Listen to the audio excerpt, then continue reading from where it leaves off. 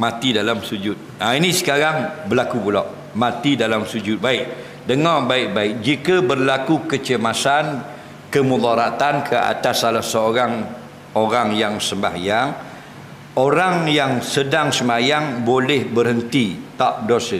Hukum memutuskan solat haram, dosa besar. Bila tu? Sebab yang tak dibenarkan syarak. Tengah sembahyang, telefon, halo akak, batalkan solat, akak telefon, haram, dosa besar.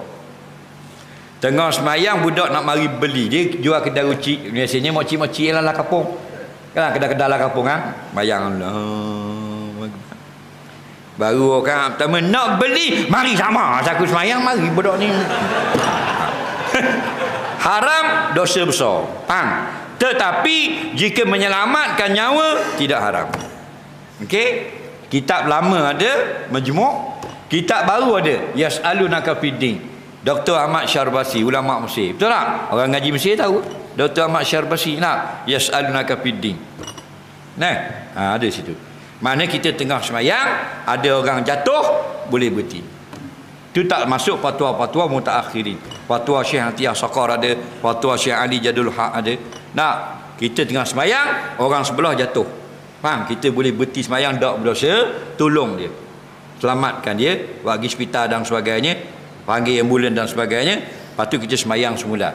Okey, jangan sambung mula, kan sambung saja tayat tu.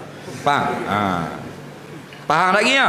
Jadi jangan awak kerah lah ke, takut batal, tak ada apa-apa. Wajib tolong orang. Bahkan hampir seluruh kitab-kitab fiqh besar-besar, orang yang tengah duduk dalam telat nak jatuh dalam lubang, kita boleh menjerit, lubang, batal sembahyang kita. Tapi tidak berdosa. Kita sembahyang tekat atas, biasa kita tutup pintu, kerana anak kita baru setahun setengah, dia ngakak jalan-jalan jatuh tangga, patahlah dia.